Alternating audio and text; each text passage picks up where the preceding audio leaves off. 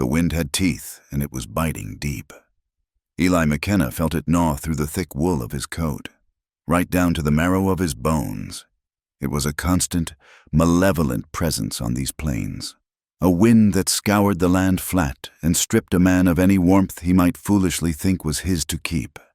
He leaned into it, his body a bulwark against the gale, his eyes narrowed to slits against the dust and bits of ice it carried.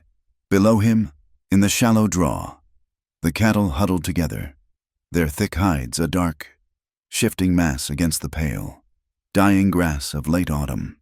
They were restless, lowing their complaints into the wind, but they were his to protect, his to drive, his to bleed for. Every movement Eli made was deliberate, stripped of waste. He'd learned that kind of economy in the war, where a spent motion could mean a spent life. He moved his horse, a sturdy buckskin named Gideon, with a quiet pressure of his knees, a subtle shift of his weight. There was no need for shouting, no wild gesticulating. The animals knew his presence, the steady, unyielding pressure he exerted.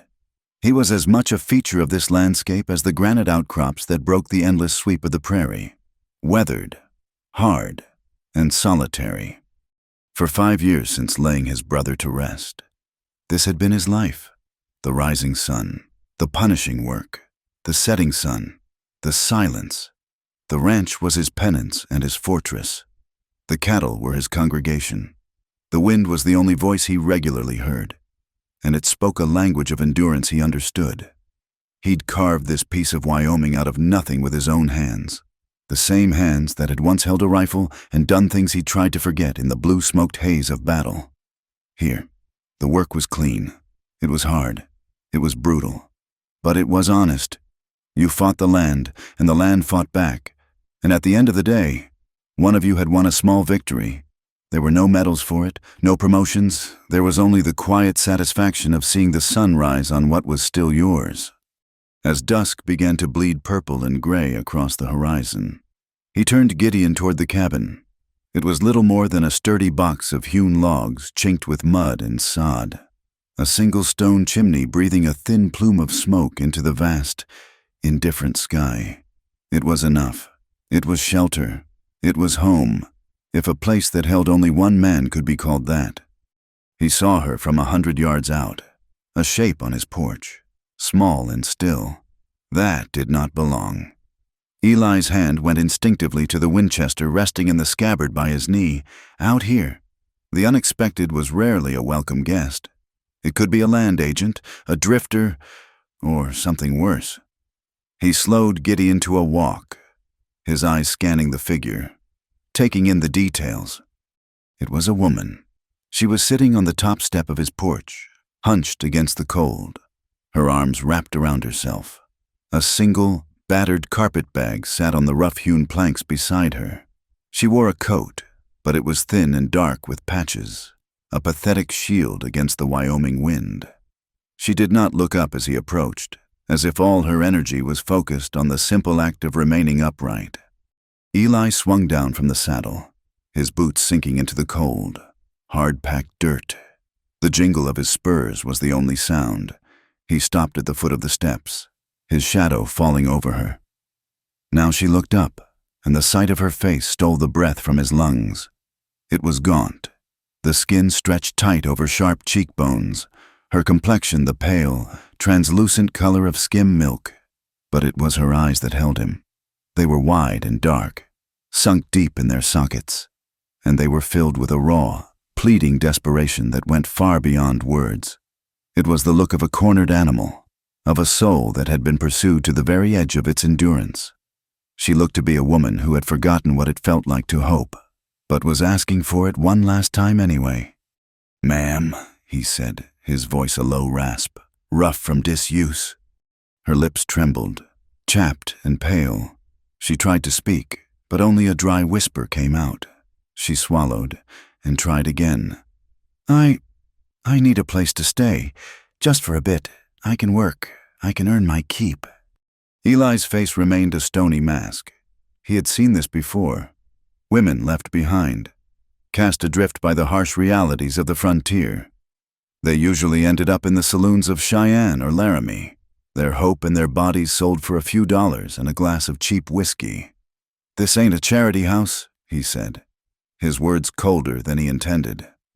It was a defense, a wall he built around the solitude he had fought so hard to maintain.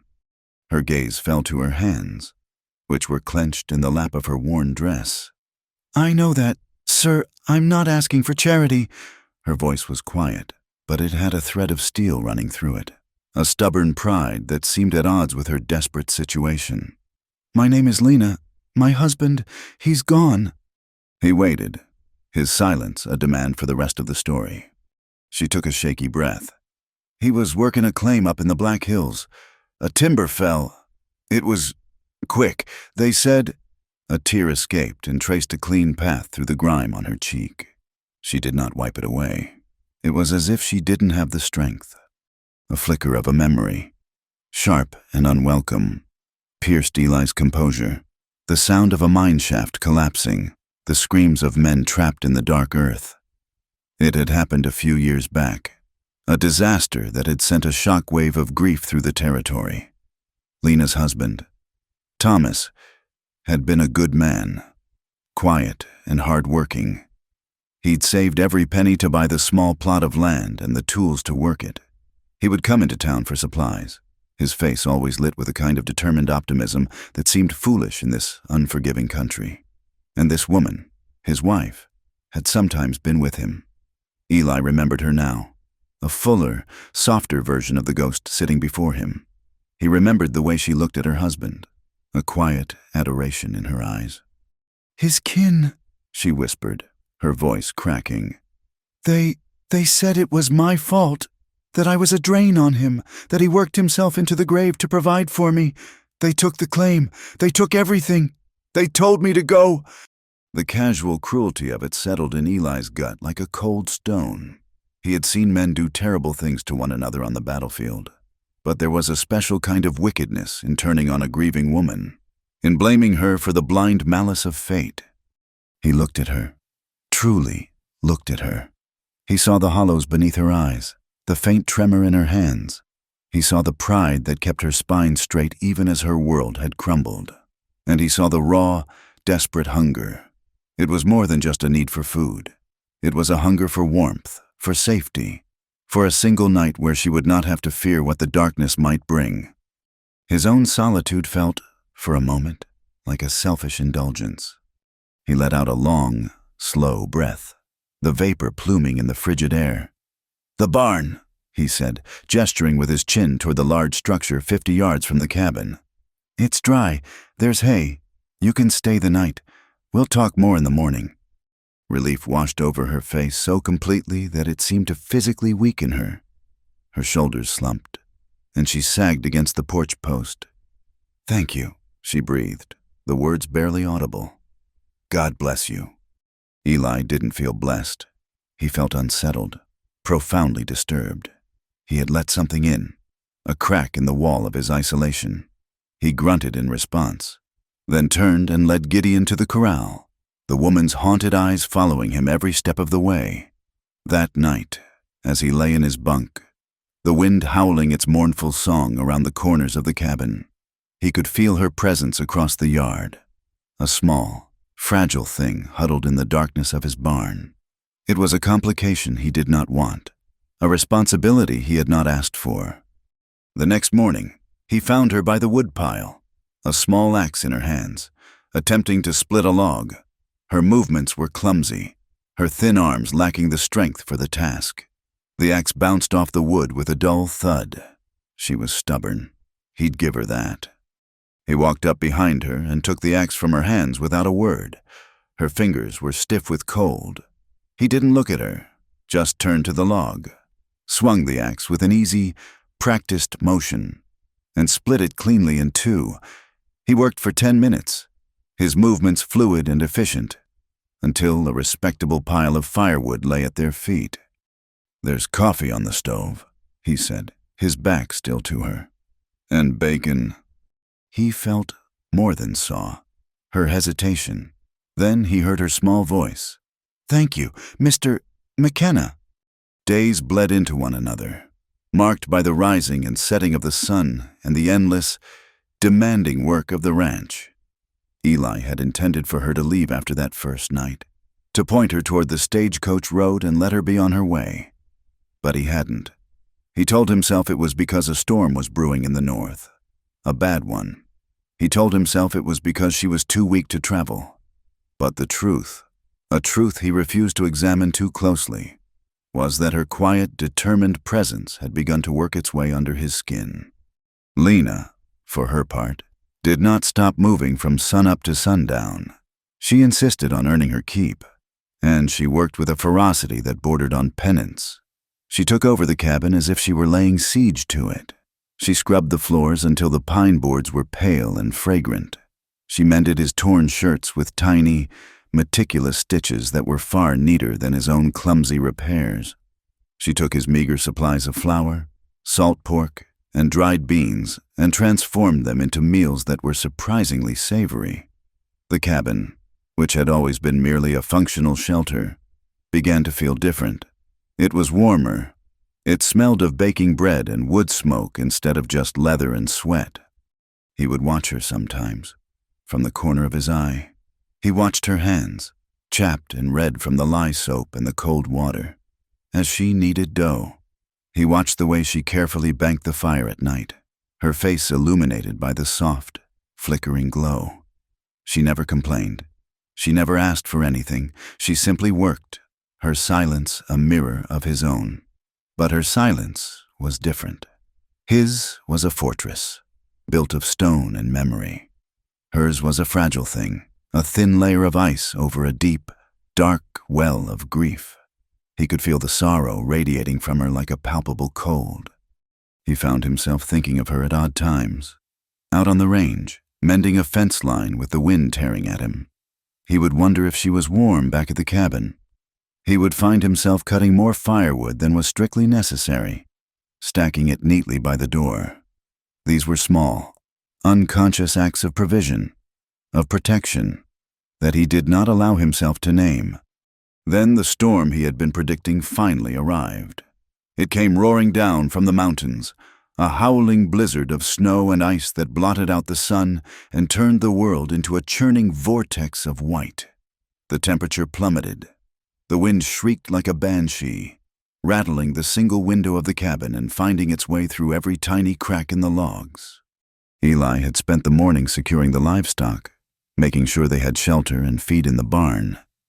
He and Lena had worked together, moving in a silent, efficient rhythm, to bring in extra water and firewood. By midday, they were trapped. The snow was already piling up in deep drifts against the door, and the world outside had disappeared into the maelstrom. The cabin seemed to shrink, the silence inside growing heavier and more profound as the noise of the storm raged outside. They sat at the small wooden table, a flickering lantern casting long, dancing shadows on the walls. Eli cleaned his rifle, the familiar, methodical clicks of the mechanism a small, reassuring sound. Lena darned a sock, her needle moving in and out of the wool with a steady, hypnotic rhythm. Hours passed. The only sounds were the howling wind, the crackle of the fire, and the soft rasp of their own breathing. The enforced intimacy was a tangible thing, a weight in the air between them. Eli could feel the tension coiling in his own muscles. He was used to being alone. He was not used to sharing this small, confined space with a woman whose grief was a living, breathing entity in the room. It was the quiet sound of a sob that finally broke the spell. He looked up. Lena had her head bowed, her shoulders shaking. She had put down her sewing, and her hands were covering her face. A single tear fell onto the rough wood of the table, a dark, glistening spot. She was trying to stifle the sound, to swallow her sorrow, but it was too big. It spilled out of her in a series of quiet, shuddering gasps. Eli's first instinct was to retreat, to put up his walls and pretend he hadn't heard. Grief was a private country, and he had no desire to be a tourist in hers. But he stayed put. He watched her, his own heart a tight, aching knot in his chest. He He never liked the dark, she whispered, her voice thick with tears. He was afraid of it, ever since he was a boy, and they just left him down there, in the dark, in the cold. The image was so stark, so brutal, that Eli felt a muscle jump in his jaw. He said nothing. He had learned long ago that there were no words that could fill a hole that deep. All a man could do was stand at the edge of it and bear witness. Lena's words began to tumble out, a torrent of pain and shame that had been dammed up for too long. She spoke of her husband, of their small dreams, of the way he would hum off key while he worked, and then, her voice dropping to a raw, broken whisper, she spoke of what had come after. His brother and the other men, she choked on the words. They would look at me, the way they looked at me, as if his dying had made me public property. They would find reasons to be in the house, to brush up against me. One of them, he cornered me in the pantry. He said he was just trying to offer comfort. He put his hands on me. She shuddered violently, wrapping her arms around herself as if she could physically hold her broken pieces together. He smelled of whiskey. He said a grieving woman has needs, that I shouldn't be alone. Eli's hands tightened on the stock of his rifle until his knuckles were white. A cold, familiar rage began to burn in his belly. It was the same rage he had felt seeing a fat quartermaster cheating young recruits out of their pay. The same rage he had felt seeing a bully torment a weaker man. It was a rage against the kind of casual cruelty that the powerful inflicted on the vulnerable. He wanted to find those men. He wanted to hurt them. I fought him, Lena whispered, her eyes staring at the table, seeing a scene only she could see. I pushed him away. That's when they said I was unnatural, a cold wife, that it was no wonder Thomas worked himself to death, trying to get away from me. They threw me out the next day. The silence that followed was absolute, broken only by the howl of the wind. Lena was spent, her confession leaving her limp and exhausted. She looked smaller than ever, a fragile bird with a broken wing. Eli stood up. His movements were stiff, deliberate. Lena flinched, as if expecting a blow, but he didn't move toward her. He went to the fireplace and added another log, coaxing the flames back to life. Then he went to the stove, filled the coffee pot with water, and measured out the grounds. He sliced thick slabs of bacon and laid them in the cast iron skillet. He worked with a singular focus, his back to her. He could not offer her soft words or a gentle touch. It was not in his nature, but he could light a fire. He could cook her a meal. He could offer the simple, uncomplicated solace of a full belly and a warm hearth. When the food was ready, he set a plate in front of her, bacon, fried potatoes, and a steaming mug of coffee. She looked up at him, her eyes red-rimmed and full of a weary confusion. "Eat," he said, his voice gruff. She picked up the fork with a trembling hand and took a small bite, then another. She ate with the slow, deliberate pace of someone who was relearning a forgotten habit. When she was finished, Eli took her plate. He gestured toward his bunk, which was built into the far wall of the cabin, piled with thick wool blankets and a buffalo robe. "You take the bed," he said. It was not a request. "No, I couldn't," she began to protest. "I'm not asking," he cut her off. He took a spare blanket, walked to the chair by the dying fire, and sat down. He propped his boots on the hearth, pulled the blanket over his shoulders, and closed his eyes. It was a dismissal. The conversation was over. From across the room, he heard the rustle of the blankets as she climbed into his bed. He heard a soft sigh. And then, for the first time in a very long time, the silence in the cabin felt not like an emptiness, but like a shared peace. The storm raged for 2 more days. They passed the time in that same quiet orbit around each other. They spoke little, but a new understanding existed between them. He had seen the raw, ugly truth of her past, and he had not turned away. He had, in his own stoic, unspoken way, offered her sanctuary, and she, in turn, had brought a flicker of warmth and life into the frozen landscape of his solitude. On the third day, the wind died down, and a weak, watery sun broke through the clouds. The world outside was a pristine, blinding expanse of white. The silence was absolute, profound. It was broken by the distant, rhythmic jingle of a harness and the creak of large wheels. Eli was on his feet in an instant, moving to the window and scraping away the frost with his thumbnail. A stagecoach, its bright red paint a garish slash against the snow, was making its slow, difficult way up the track to his cabin. It was a rare sight. The stage only came this far off the main road by special arrangement. He opened the cabin door, the cold air rushing in. Lena stood behind him, a question in her eyes. The coach pulled to a halt, the horses steaming in the frigid air. The driver, a burly man wrapped in a bearskin coat, climbed down from his perch. "Eli McKenna!" the driver bellowed, his voice booming in the still air. Eli nodded, his eyes fixed on the coach door. The driver opened it with a flourish. A woman stepped out.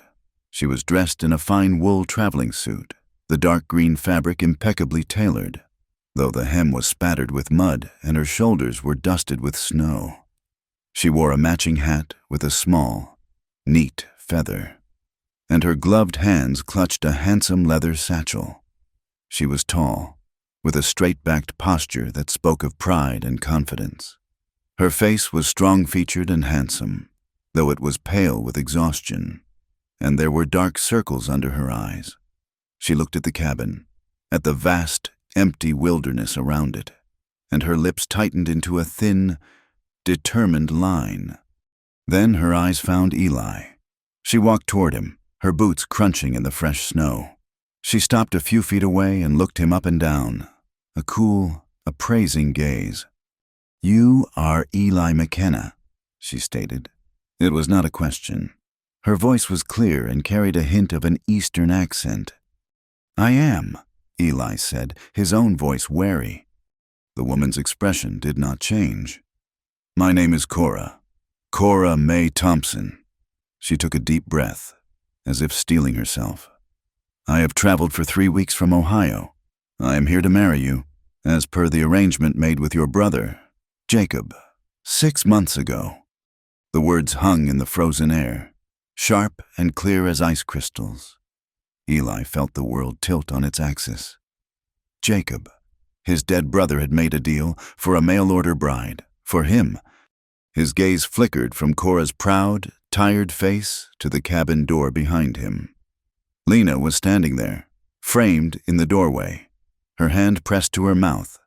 Her face was a mask of chalky white, her eyes wide with a fresh, terrible, and all too familiar fear.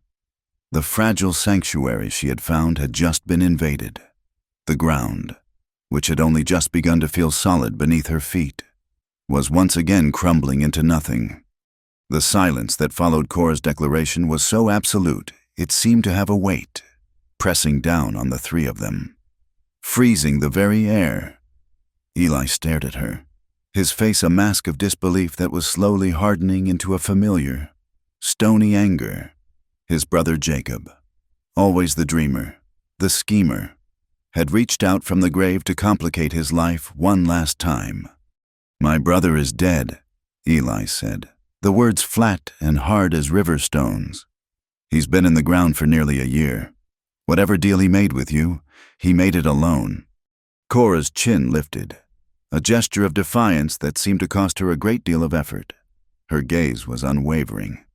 The contract was signed, passage was paid. The agreement was for the wife of Mr. McKenna of the Split Rock Ranch. "You are Mr. McKenna. This is the Split Rock Ranch. I have held up my end of the bargain."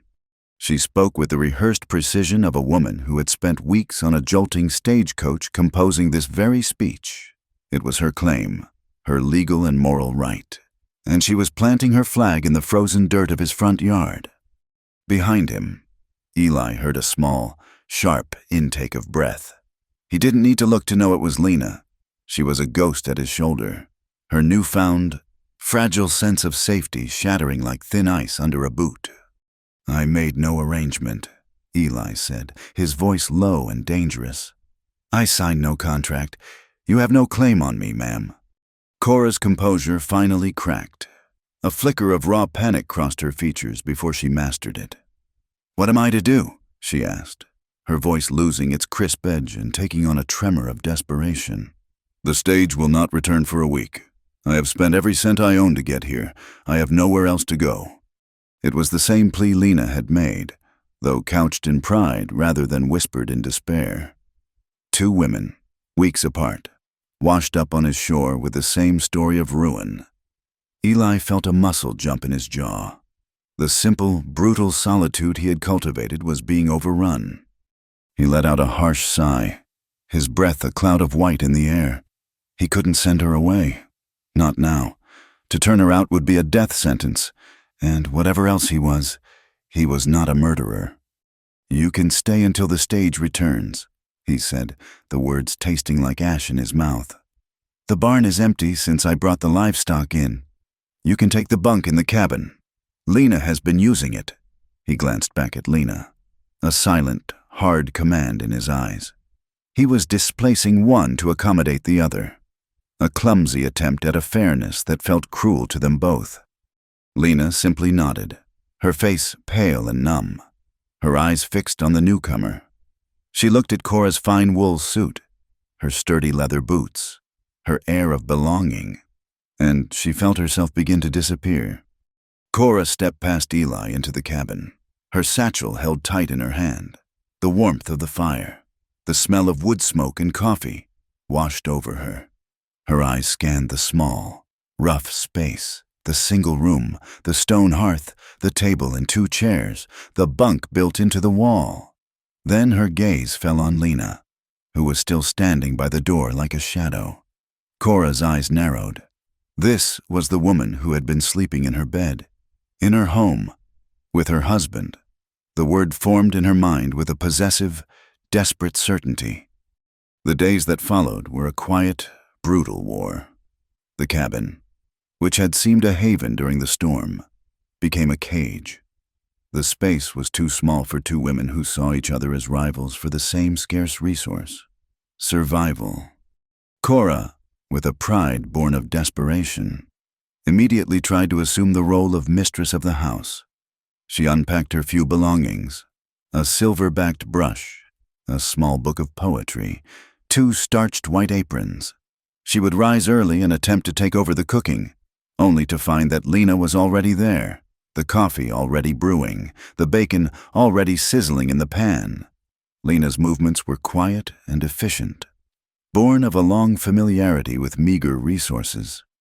Cora, accustomed to a different kind of life, felt clumsy and useless. Her attempts to bake bread resulted in a dense, heavy loaf that Eli ate without comment, while Lena's was always light and perfect. The two women circled each other like wary predators. Their words were few and polite, but their silence was filled with a sharp, cutting animosity. Cora saw Lena as a waif, a charity case who had wormed her way into a position that was rightfully hers. She resented Lena's quiet competence, her familiarity with Eli's habits, the way she seemed to anticipate his needs without a word being spoken. To Cora, every move Lena made was a calculated effort to indebt the man who should have been Cora's husband. Lena, in turn, felt like a ghost in her own skin. She had been cast out once, and she lived in constant, stomach-churning fear that it was about to happen again. Cora's presence was a constant reminder of her own precarious position. She retreated further into herself, making herself as small and unobtrusive as possible. She took her meals standing by the hearth after the other two had eaten. She moved to a thin pallet of blankets on the floor near the fire, giving up the bunk without a word of protest. She could feel Cora's eyes on her, judging her, dismissing her. She was the widow, the stray, the inconvenience. Eli was a silent, brooding presence in the middle of it all. He worked from dawn until dusk, seeking refuge in the physical certainties of the ranch. He was angry at Jacob for his thoughtlessness, angry at Cora for her expectations, and angry at himself for the unwelcome compassion that kept him from resolving the situation with a simple, brutal command for one of them to leave. He was a man accustomed to clear battle lines, to an enemy you could see and fight.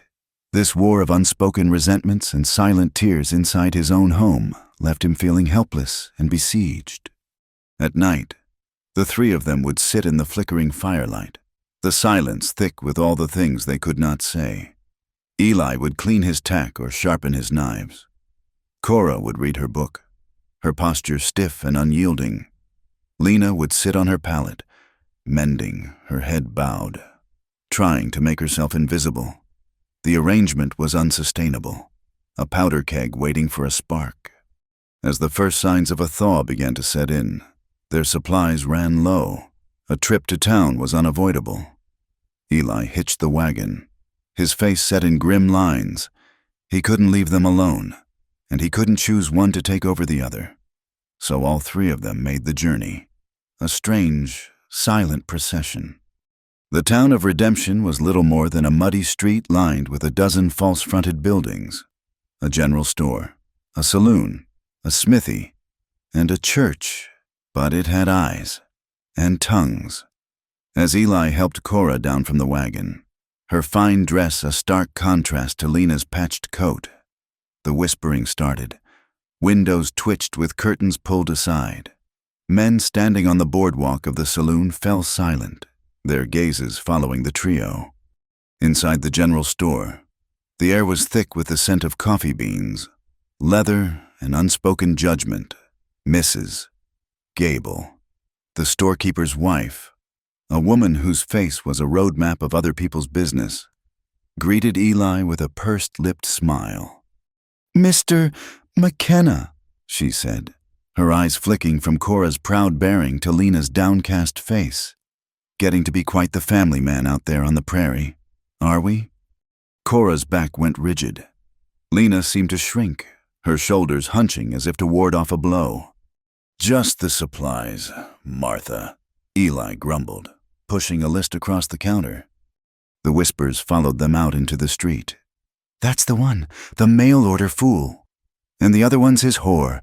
They say—" Poor Jacob McKenna must be spinning in his grave. The words were like stones, and they struck Cora with a physical force. This was not the peace she had imagined. This was a new kind of prison, a new kind of shame. She thought of her past, the memories she had tried to outrun, her father, a man who saw his daughters as assets to be liquidated, selling her hand in marriage to a merchant twice her age. She remembered the man's clammy hands, the way he'd pinched her cheek and declared her a fine piece of stock. When he died, leaving her with nothing, her family had arranged another match, this time to a man whose kindness soured with every drink he took, his words turning to curses, his hands to fists. She had endured. She had survived. And then she had found the advertisement in the newspaper, the one placed by Jacob McKenna. He had written of clean air, of building a future, of wanting a partner, not a servant. His letters were gentle and full of hope. He had seemed like her last chance, a final, desperate gamble for a life of quiet dignity. And now here she was, branded a fool in a town of strangers, living in a one-room cabin with her intended's grim-faced brother and his charity case mistress. The resentment she felt toward Lena curdled into a bitter, burning hatred. The thaw came in a rush, a false spring that turned the frozen landscape into a treacherous world of mud and rushing water. The snow on the high plains melted with a sudden, violent speed, swelling the creeks and draws into raging, muddy torrents. The small stream that ran a quarter-mile from the cabin, a place where they fetched their water, became a dangerous, roaring beast.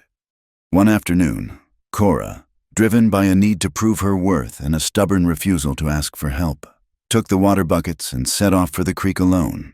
She was tired of feeling useless, tired of Lena's quiet competence. She would perform this simple, basic task herself. Lena watched her go from the cabin doorway, a knot of unease tightening in her stomach. The sky was the color of a fresh bruise, and the air was heavy with the sound of rushing water. She almost called out, But the look on Cora's face had been so defiant, so closed off, that the words died in her throat. Cora reached the creek and was stunned by its transformation.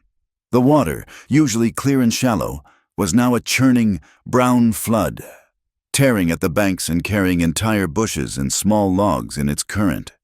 It was a terrifying display of nature's raw power. She hesitated, her pride warring with a primal fear. She took a step closer, trying to find a spot where the bank was still solid, where she could dip her buckets. She didn't see the section of the bank that had been undercut by the current. As she put her weight on it, the ground simply dissolved beneath her feet. With a cry of shock and terror, she was pitched forward into the freezing, violent water. The cold was a stunning, paralyzing blow that stole her breath. The current immediately seized her, pulling her under, tumbling her over and over in the murky, debris-filled water. She fought her way to the surface, gasping for air, her heavy skirts dragging her down like a lead weight. She flailed, her hands finding nothing to hold on to. The roar of the water filled her ears. This was it. After all her fighting, all her endurance, she was going to die here, in a muddy creek in the middle of nowhere. Lena had heard the cry. It was a raw, terrified sound that cut through the roar of the flood. She didn't think. She ran. She ran faster than she had ever run in her life, her heart pounding against her ribs, her breath tearing at her lungs. When she reached the creek, she saw a flash of green wool and a pale hand reaching desperately from the churning water. Without a moment's hesitation, Lena plunged into the torrent. The shock of the cold was brutal, but adrenaline surged through her, a fierce, protective instinct she didn't know she possessed. The current was strong, but she was wiry and knew how to brace herself. She fought her way toward Cora, her eyes locked on the desperate woman. She grabbed a handful of Cora's coat, the wool slick and heavy. Cora, in her panic, latched onto her, her grip like iron, threatening to pull them both under. "Let go of me!" Lena screamed, her voice raw. "Grab my arm! Just my arm!" Somehow, Cora understood. She shifted her grip, and Lena began the agonizing process of fighting her way back to the bank, dragging Cora with her. It was a battle against the full, relentless force of the flood. Her muscles screamed in protest. Her lungs burned, but she did not let go. She found a thick root jutting from the bank and clung to it, anchoring them against the current. With a final, desperate surge of strength, she hauled Cora onto the muddy bank. They collapsed in a heap, gasping, coughing, and shivering uncontrollably.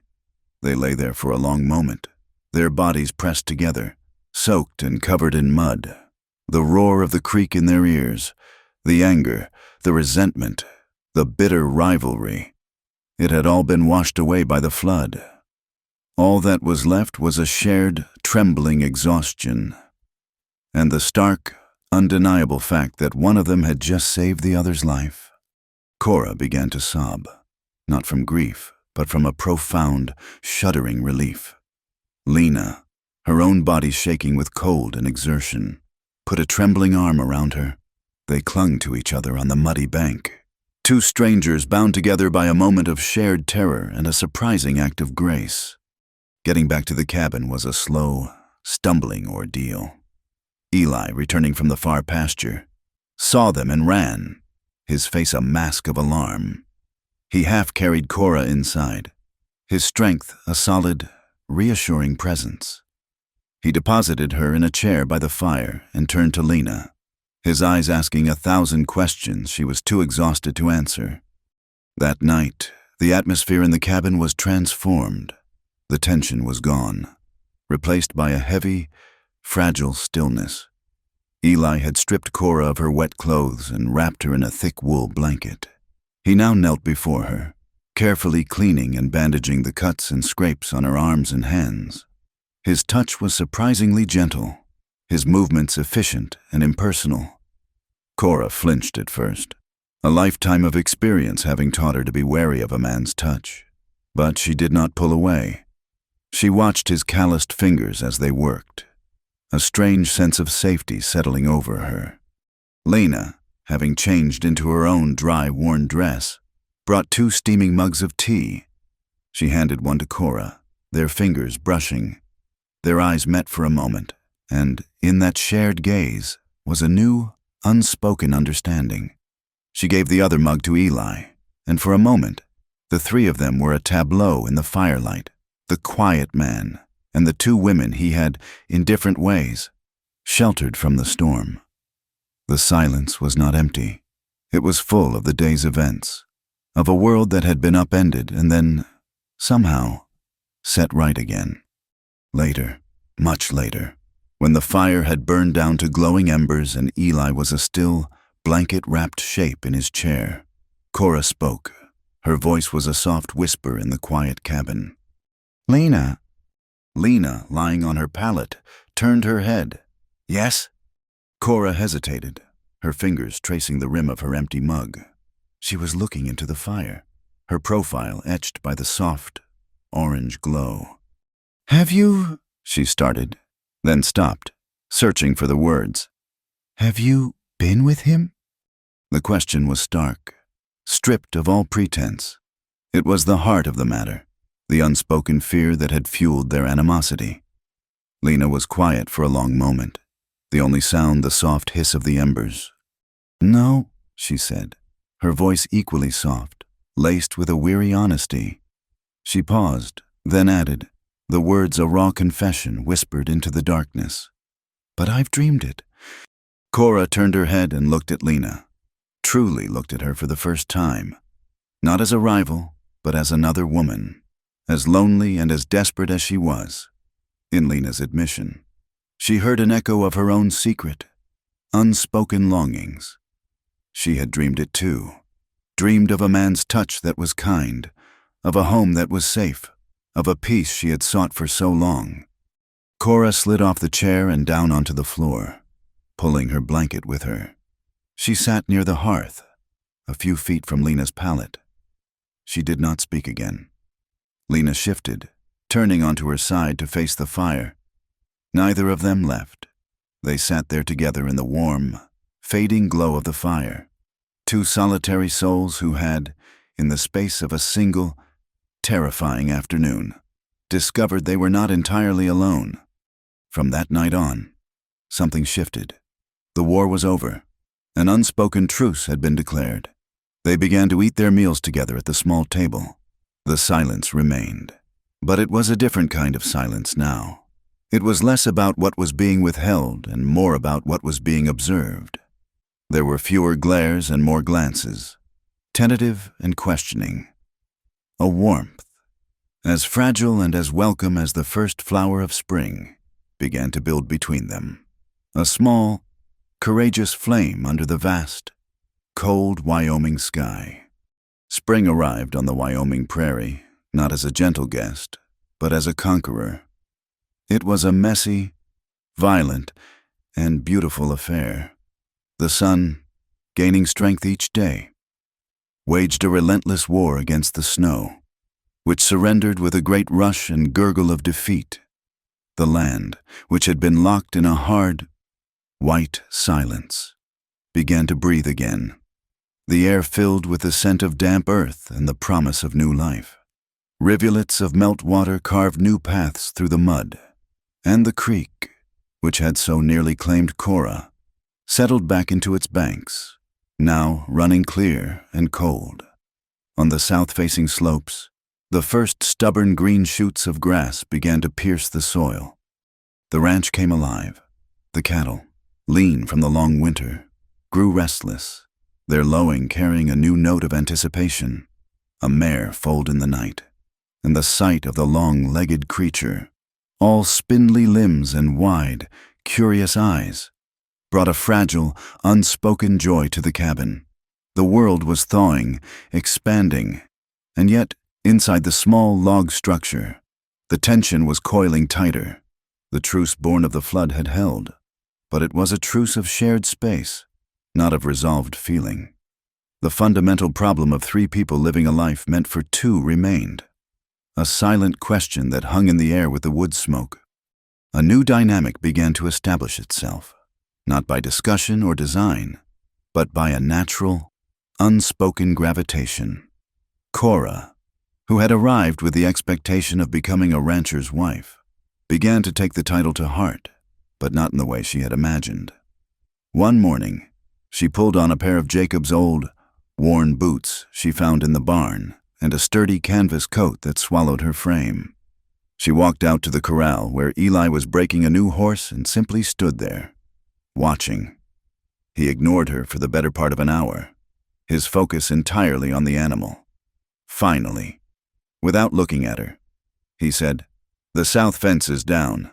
Needs mending." It was a test and a dismissal. He expected her to return to the cabin. Instead, she said, "Show me how." He finally turned and looked at her, a flicker of surprise in his hard eyes. He saw the determination set in her jaw, the straightness of her spine. He gave a short, sharp nod. And from that day on, Cora became his shadow. She learned to mend barbed wire, her gloved hands clumsy at first, then quick and efficient. She learned to read the sky for weather, to spot a sick calf in the herd, to sit a horse for 10 hours without complaint until her muscles screamed and her body was a single, unified ache. The work was brutal, unforgiving, and she loved it. Out here, under the vast, empty sky, her past seemed to lose its power. The endless, demanding labor scoured her mind clean of old shame. She was no longer a cast-off wife or a mail-order fool. She was a woman who could stretch a fence line and drive a herd, and there was a fierce, clean pride in it. As Cora moved into the world of the ranch, Lena sank deeper into the world of the home. The cabin became her domain, her sanctuary. She worked with a quiet, meticulous devotion, transforming the rough shelter into a place of surprising comfort. She planted a small garden in a patch of earth Eli tilled for her, her fingers coaxing life from the stubborn soil. She cared for the new foal and the laying hens with a gentle, crooning patience. Her cooking, always resourceful, became almost artful. She learned the rhythms of the land, of the man, of the other woman. She knew Eli preferred his coffee black and scalding, that Cora liked an extra blanket on her bunk at night. These small acts of care were her language, her way of earning a place she was terrified of losing. She was no longer just a refugee. She was the quiet, beating heart of their small, strange household. They functioned as a unit, their roles shifting and settling without command. But the emotional distance remained. They were 3 people on 3 separate islands, the water between them sometimes calm, sometimes turbulent, but always present. The glances were longer now, the silences heavier with unspoken meaning. Eli would watch Cora wrestle with a stubborn post, a grudging respect in his eyes. Cora would see Lena humming to the foal, a flicker of something soft and complex on her face. And both women watched Eli, the silent, gravitational center of their world, his own feelings locked away behind a mask of stoic duty. The time came for the spring cattle drive, a week-long push to the railhead in Cheyenne.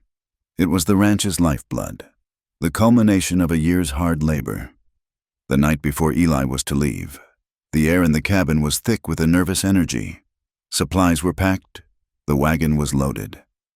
Lena had prepared a meal of roasted rabbit and fresh biscuits, and they ate in their usual silence, the clink of forks against tin plates the only sound. Later, as Cora slept soundly on her bunk, exhausted from the day's preparations, Lena found Eli sitting on the porch step, staring out at the moon-drenched prairie. The sky was a vast sweep of velvet and diamonds, the wind a soft, cool whisper. He did not seem to notice her as she sat down beside him, leaving a careful foot of space between them. She watched his profile, the hard line of his jaw, the deep-set eyes that seemed to hold all the sorrow of the land he worked. He looked tired. He looked lonely. And in his loneliness, she saw a reflection of her own. He was a man who had built walls so high he could no longer remember what it was like to be without them. Her hand moved before her mind had a chance to object. It was a small, hesitant gesture, her fingers resting lightly on the rough wool of his sleeve. He stiffened, but he did not pull away. Emboldened, She leaned closer. She could feel the heat radiating from his body, could smell the scent of leather, sweat, and clean night air. Then, with a slow, deliberate grace, she leaned in and kissed him. It was not a kiss of fire or passion. It was a kiss of profound and aching need. It was the desperate, silent plea of a woman who had been starved of simple, gentle human contact. Her lips were soft, tentative, and they tasted of salt from a tear he hadn't seen fall. It was filled with the hunger of her recent past and the slow, deep grief for the husband she had lost. It was an offering and a question, a quiet breaking of all the unspoken rules that had governed their lives. Eli remained perfectly still, his body rigid, his hands resting on his knees. He did not respond, but crucially, he did not stop her. He let her pour her silent, sorrowful confession against his lips. The moment stretched, aching and silent, full of a fragile, heartbreaking intimacy. When she finally pulled away, her eyes were glistening in the moonlight. She did not say a word. She simply stood up and went back into the cabin, leaving him alone with the cool night air and the ghost of her touch on his mouth. It was unfinished, a sentence without a period, and it changed the very air he breathed. The next morning, as Eli mounted Gideon, ready to lead the herd, his eyes met Lena's across the corral.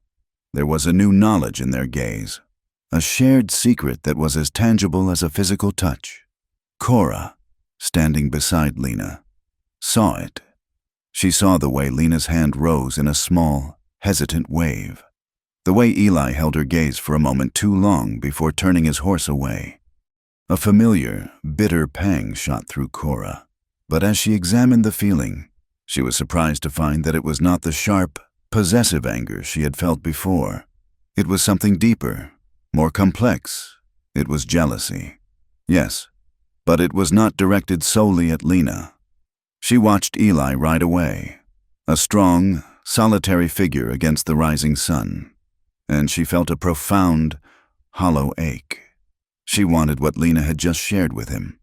Not the man himself, not as a prize to be won, but the intimacy, the touch, the brief, silent moment of connection that could make a person feel, for just a second, that they were not entirely alone in this vast, hard world. She was jealous of the touch itself. The week Eli was gone, the two women worked the ranch, their shared labor a distraction from the new and awkward tension that had settled between them. When his familiar figure finally appeared on the horizon, riding ahead of the wagon, both women felt a lurch of simultaneous relief and anxiety. He returned dirty, bone-weary, and smelling of cattle, sweat, and trail dust. He swung down from his horse, his movements stiff with exhaustion. Lena took his horse's reins, her touch light on the leather. Cora stood on the porch, her arms crossed, watching him. The silence was thick with the weight of the kiss that had happened on this very spot. That night, after a silent meal, Lena went out to tend the foal. Cora confronted Eli. She stood before him in the flickering lamplight, her hands clenched at her sides. "Do you love her?" she asked, her voice low and steady, stripped of all artifice. Eli looked up from the harness he was mending, his eyes shadowed with weariness. He looked at this proud, fierce woman who had worked herself to the bone for a ranch that was not hers, for a man who had offered her nothing. He thought of Lena's desperate, grieving kiss in the moonlight. He felt the walls he had so carefully constructed begin to crack. He let out a long, slow breath. The truth, when it came, was as simple and as complicated as their lives had become. "I think I could love you both," he said, his voice a low, rough rasp. "If either of you would let me..." The confession, so quiet and so monumental, stunned Cora into silence.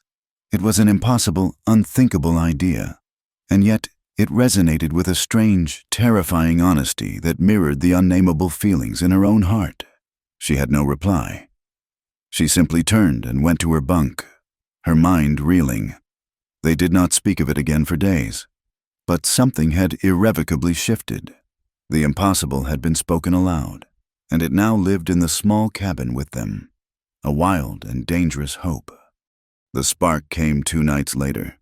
A late spring storm had blown in, dry and violent, with forks of lightning that lit up the prairie like daylight. Eli was out, checking on the herd in a far pasture. When the first bolt struck, it was a deafening crack of thunder, followed instantly by a searing, unnatural light from the direction of the barn. "Fire!" Cora screamed, her voice sharp with terror. They both ran out into the night. The roof of the barn was already a bloom of hungry orange against the black sky. The wind, hot and dry, was fanning the flames, whipping them into a frenzy. From inside, they could hear the terrified, high-pitched screams of the horses. "The doors!" Eli's voice returned from the pasture and suddenly beside them, cut through the roar. "We have to get them out!" What followed was a chaotic, desperate ballet of survival. Eli kicked open the main barn doors, and a wave of thick, choking black smoke and blistering heat rolled out. He plunged inside, a wet sackcloth over his face. Cora and Lena were right behind him, their fear eclipsed by a primal, adrenaline-fueled need to act. The air was a toxic soup of smoke and cinders. The heat was a physical blow, searing their lungs and stinging their eyes. The terrified animals, crazed with fear, bucked and kicked in their stalls. Eli worked with a grim focus, cutting the horses free, slapping their rumps to drive them out into the night. Cora, her face set in a mask of fierce determination, wrestled with a panicked mare, her strength surprising even herself. Lena, smaller and less strong, tried to soothe the animals, her voice a desperate, calming murmur amidst the chaos. She managed to lead the foal and its mother out, her eyes streaming, her body racked with coughing. She turned to go back in, to help with the last of the horses. But as she reached the doorway, a heavy, smoldering beam crashed down from the loft, showering the ground with a cascade of sparks. The smoke, thick and black, engulfed her. She took one last, gasping breath, and the world went dark. She collapsed in a heap on the ground, a small, still form at the edge of the inferno. It was Cora who saw her fall. "Lena!" she shrieked, a sound of pure, unadulterated terror.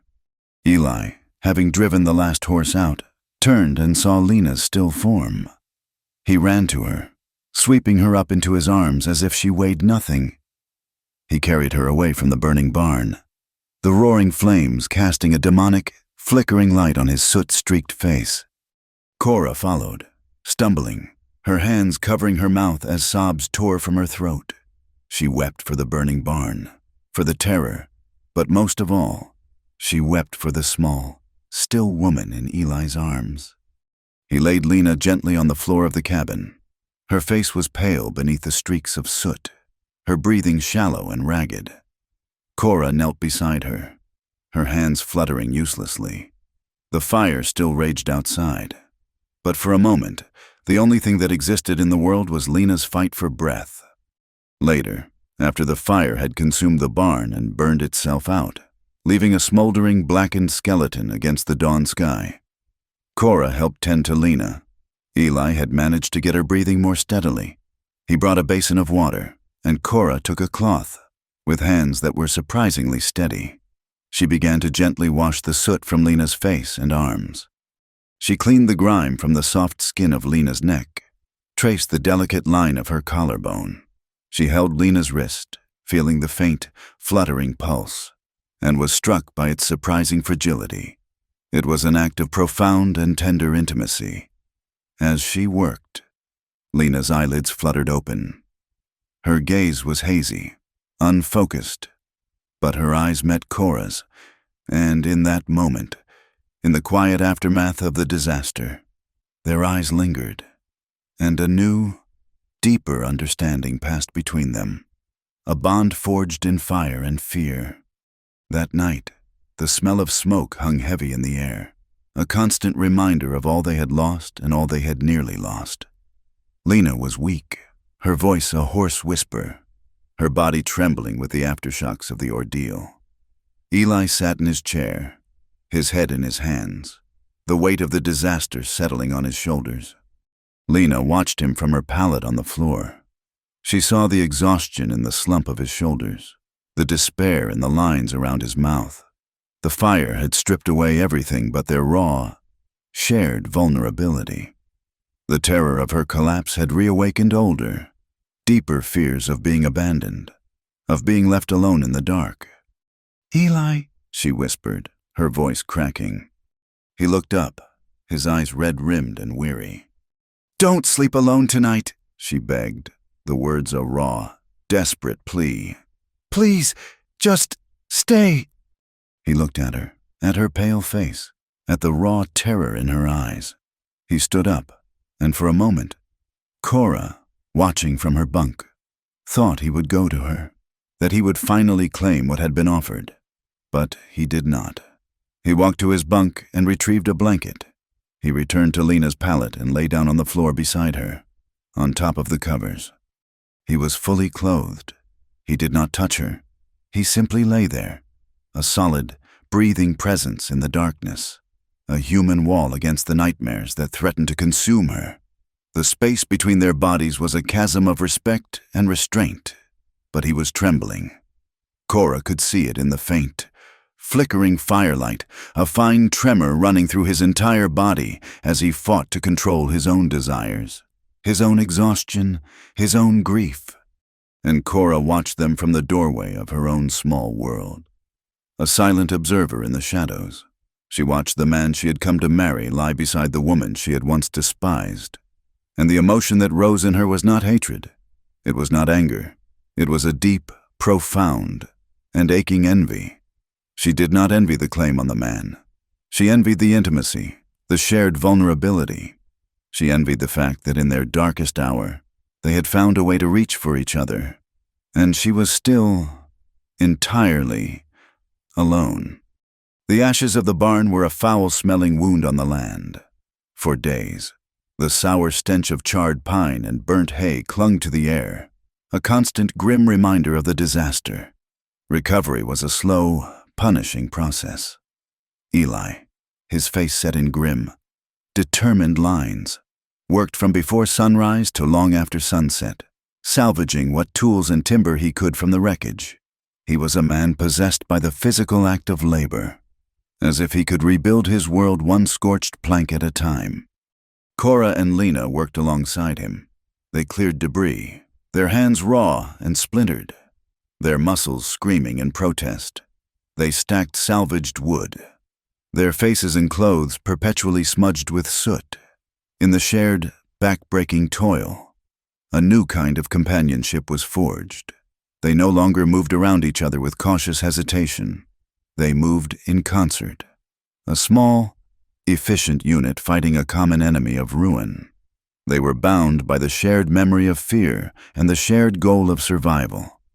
But while they were building a new reality on the ranch, the world beyond their property line was building a wall of condemnation around them. News of the fire traveled, but the story that took root in the town of Redemption was not one of tragedy, but of sin. The whispers that had started in the general store grew into a low, steady murmur of accusation. A lone man living with 2 women, unmarried, was an affront to God and decency. The fire, some said, was a sign of divine judgment. The threats were subtle at first. Mr. Gable at the general store was suddenly short on the grade of seed Eli usually bought. The blacksmith claimed he was too busy to mend a broken plow blade. Men who had once greeted Eli with a nod now stared straight through him, their faces hard and closed. He was being isolated, the lifeblood of his ranch slowly choked off by the tourniquet of public opinion. He absorbed these slights in his usual stony silence, but a dark, impotent anger simmered beneath the surface. He was being tried and convicted without a single word of defense. It was Cora who refused to be cowed. Her pride, which had been so wounded upon her arrival, had been tempered by hard work and a near-death experience into something stronger, something more defiant. She saw the whispers and the cold shoulders not just as an insult, but as a siege. One afternoon, needing thread for mending and unwilling to let their small household be starved into submission. She announced she was riding into town, alone. Eli forbade it. "It is not safe," he said, his voice a low growl. "Let them talk. We do not need them. We need thread." "Eli," Cora replied, her voice calm and firm. "And I will not be made a prisoner on this ranch because of the narrow minds of ignorant gossips. I have been a prisoner before. I will not be one again." There was no arguing with the iron in her voice. Lena watched her go, a knot of fear tightening in her stomach, but also a flicker of admiration. Cora was a fighter, in a way Lena had never been. In town, the hostility was a palpable thing. Women pulled their children closer as Cora passed, whispering behind their hands. Men on the boardwalk stopped talking and simply stared, their gazes a mixture of curiosity and contempt. She held her head high, her back straight, and walked into the general store as if she were inspecting troops. She bought her thread from a sullen Mrs. Gable, paid her coin, and walked back out into the hostile sunlight. She had almost made it to her horse when a voice, oily and laced with malice, called out from the alleyway between the store and the smithy. "Well now, if it ain't the mail-order queen herself." It was Jedediah Miller, a man with a mean face and a reputation for cruelty that was only barely kept in check by the law. He stepped out of the shadows, blocking her path. Two of his cronies lounged against the wall behind him, grinning. "Heard it got crowded out at the McKenna place," Miller sneered, his eyes roaming over her in a way that made her skin crawl. "Must be hard, all that sharing. Tell me, does he take you both at once, or do you take turns keeping his bed warm?" The words were designed to shame her, to reduce her to something dirty and pathetic, and for a second, the old, familiar feeling of helpless humiliation washed over Cora. But then she thought of the fire, of Lena's still form on the ground, of Eli's quiet, impossible confession. She thought of the life they were forging, a strange and fragile thing, and a white-hot rage burned away the shame. She looked him square in the eye. "You are a pathetic man, Mr. Miller," she said, her voice dangerously quiet. His grin faltered. "What did you say to me?" "I said," Cora repeated, taking a step closer, "that a real man would not need to hide in an alley to insult a woman."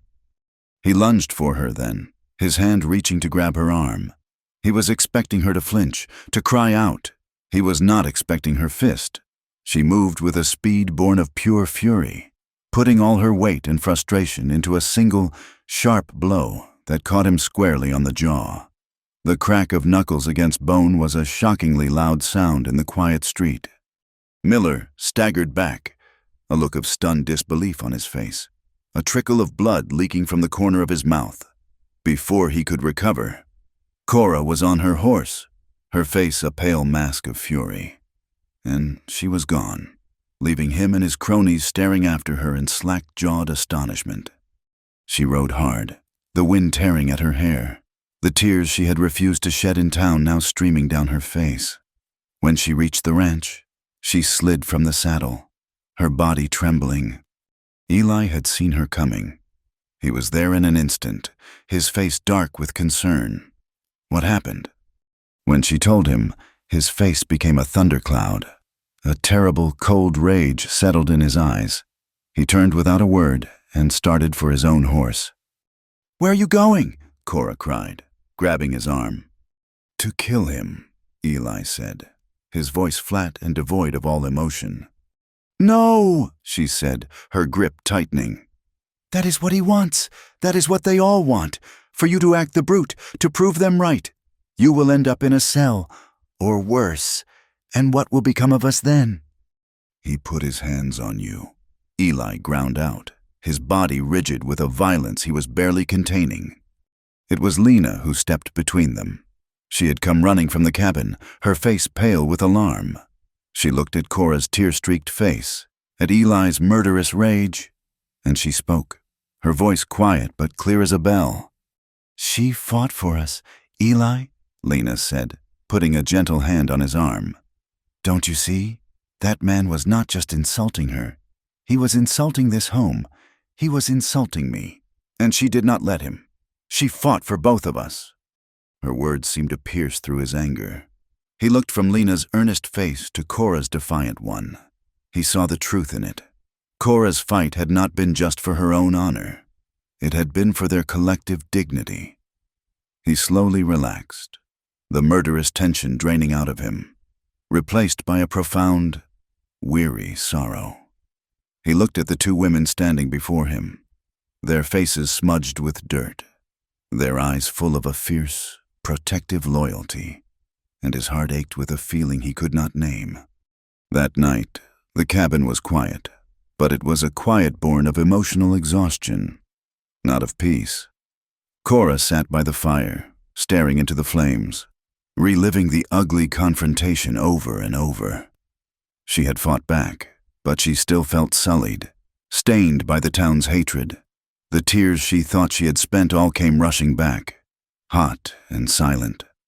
A floorboard creaked. She looked up to see Eli standing in the middle of the room, a shadow in the dim light.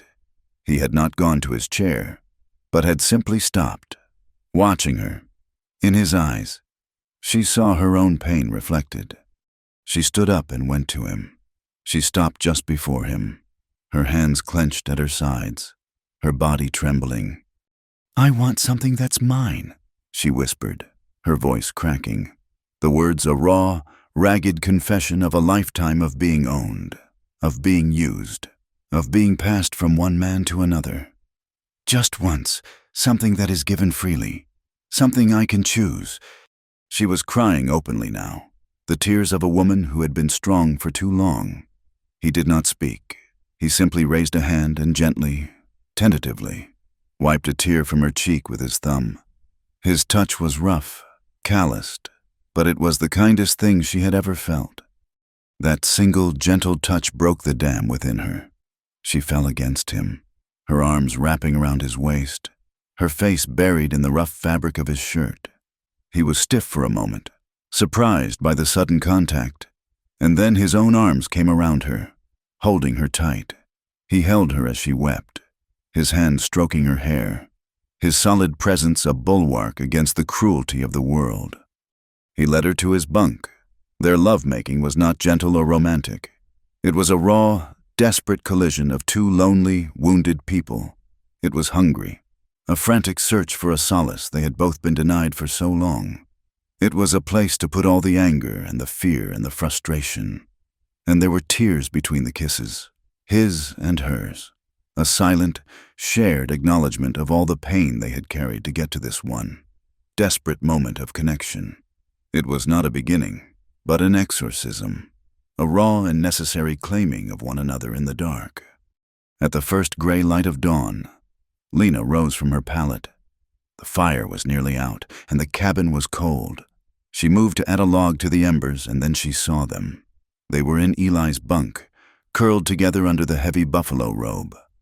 Cora's back was to the room, her dark hair a spill across the pillow. Eli's arm was thrown possessively over her waist, his hand resting on her hip. They were asleep, their faces peaceful in a way Lena had never seen them.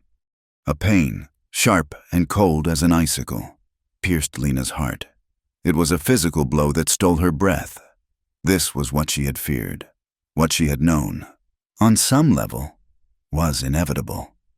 She was the outsider again, the stray, the ghost at the feast.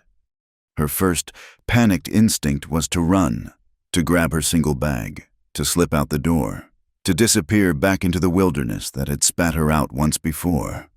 She took a step toward the door, her movements silent, her heart a frantic, trapped bird against her ribs. But then she stopped. She looked back at the two people in the bunk. She saw the exhaustion etched on Eli's sleeping face, the fragile peace on Cora's. She remembered the fire, the feel of Cora's hands washing the soot from her skin, the quiet strength in her voice as she defended their home. She remembered Cora's desperate plea to Eli and her own whispered confession in the dark. They were all trapped in this, together. To run now would not be an escape. It would be a surrender. It would be letting the Jedediah Millers of the world win. She turned away from the door. Her hands were trembling, but her resolve was firm. She quietly added a log to the fire, coaxing the flames back to life. Then she began to make the coffee. She would not run. She did not know what she would do, but she would not run. She did not pack her things. Later that morning, the silence in the cabin was a thick, suffocating blanket. Eli and Cora moved with a new and awkward awareness of each other. Lena was a ghost.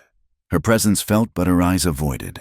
Finally, unable to bear the tension a moment longer, Lena went out to the newly dug vegetable patch, needing to feel the solid, honest earth in her hands. A few minutes later, Cora followed her out.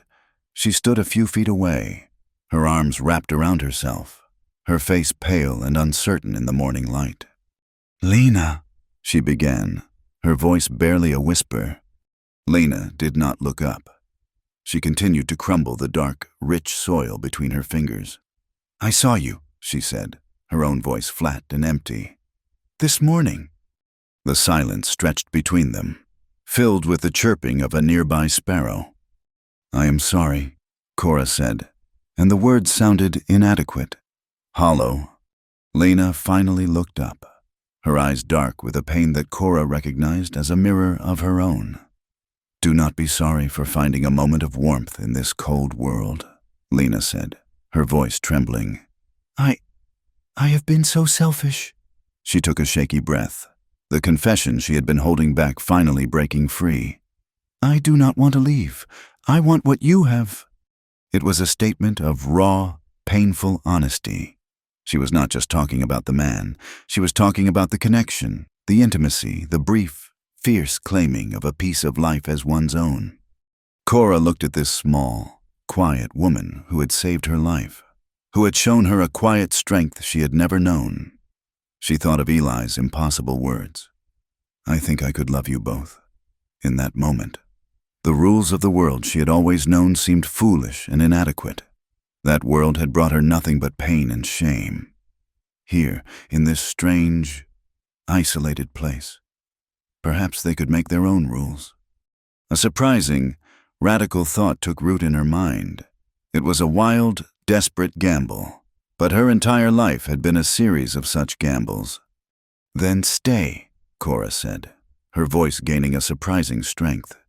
She took a step closer, her eyes locked on Lena's. "Share it with me." Lena stared at her, her mouth slightly agape, her mind unable to process the words. Share it? The idea was so foreign, so contrary to every instinct of jealousy and possession, that it did not seem real. "We are stronger together. You and I," Cora continued, the truth of her own words surprising her. "That is what you told Eli. That is what I know to be true. I will not let this town, or this hardship, or anything else, tear apart the only home I have ever known, the only family I have ever had. If that home includes him, and it includes you, then so be it." That night, the three of them sat by the fire. A new, fragile quiet had settled over them. Eli had said nothing when Cora had told him of her conversation with Lena. He had simply watched them both with his tired, searching eyes. He offered no words now. He was a man adrift, letting the current of these two formidable women carry him where it would. The fire crackled, casting a warm, dancing light on their faces. Then, slowly, tentatively, Cora reached out and took his hand. His fingers, calloused and strong, closed around hers. A moment later, from his other side, Lena reached out and did the same. He did not pull away. He sat between them, holding both their hands. A silent, living bridge between two separate shores. A slow, cautious intimacy began to form in the quiet cabin. An unspoken agreement to try. It was still awkward. It was still uncertain, but for the first time, for all three of them, it was alive. The uneasy truce hardened into a new and peculiar kind of peace. The life they lived was a quiet rebellion, a secret language spoken in a house where the rest of the world could not hear. The rhythms of their days became a three-part harmony. In the morning, it was the sound of 3 sets of footsteps on the wide pine floorboards, the scrape of 3 chairs at the table, the clink of 3 mugs as the single coffee pot was passed between them. Affection was not spoken in words, but in actions. It was in the way Lena would leave a freshly baked biscuit on the workbench where Eli was mending tack, knowing he often forgot to eat. It was in the way Cora would quietly mend a tear in Lena's thin dress, her stitches strong and neat. It was in the way Eli, without a word, built a new set of shelves inside the cabin, giving each woman a dedicated space for her few belongings, a small acknowledgement of their permanence. He began to sleep on a new, wider bunk he constructed, leaving his old one for Cora. Lena remained on her pallet by the fire, but now there was an extra buffalo robe on it, one that had appeared without explanation one cold night. They moved around each other with a new, fluid grace. A shared glance across the dinner table could convey a whole conversation. A light touch on the arm as one passed the other in the narrow space of the cabin was a silent reassurance. They were learning the geography of one another, the contours of each other's moods and sorrows. They were building a family not from blood or law, but from the salvaged timber of their 3 broken lives. One evening, after a long and grueling day spent framing the new barn, Eli came in covered in sweat, sawdust, and the grime of honest, bone-deep exhaustion. He moved like an old man, his shoulders slumped, his face a mask of weariness. He washed his hands and face in the basin, the water turning gray with dirt, but it was a surface-level clean. The fatigue went all the way to his soul.